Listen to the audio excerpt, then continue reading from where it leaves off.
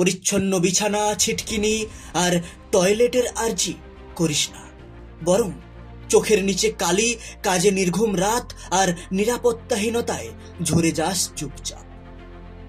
ডিউটিতে রিপ্লেসমেন্ট তো আসবেই, কিন্তু বাড়িতে? তিনি এমবিবিএস, এমডি, পিজিটি। তিনি আরজিকর হাসপাতালের ডাক্তার ও ছাত্রী। তিনি 36 ঘন্টা ডিউটি করেছিলেন টানা।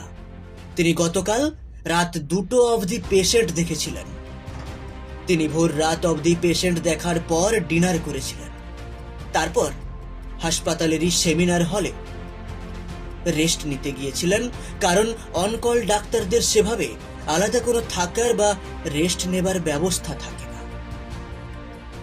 তার খোঁজ পড়ে আজ সকালে, পেশেন্ট এলে। আজ সকালে খুঁজে পাওয়া যায় তার মৃতদেহ, তার নিজ হাসপাতালেরই সেমিনার হলে। তার শরীরে আঘাতের চিহ্ন, শরীরের নিচের অংশের পোশাক খোলা, বডি ঝুলন্ত।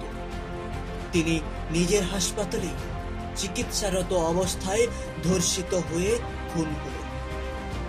তিনি সুইসাইড করেছেন বলে চাউর করা হলো প্রথমে।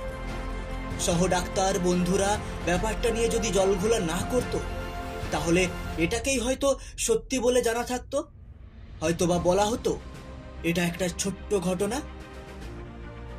যেই হাসপাতালে দেহ উদ্ধার, যেই হাসপাতাল আড়াল করেছিল এই নির্মম ঘটনাটা, সেই হাসপাতালেই ময়না তদন্ত কতটা যুক্তিযুক্ত?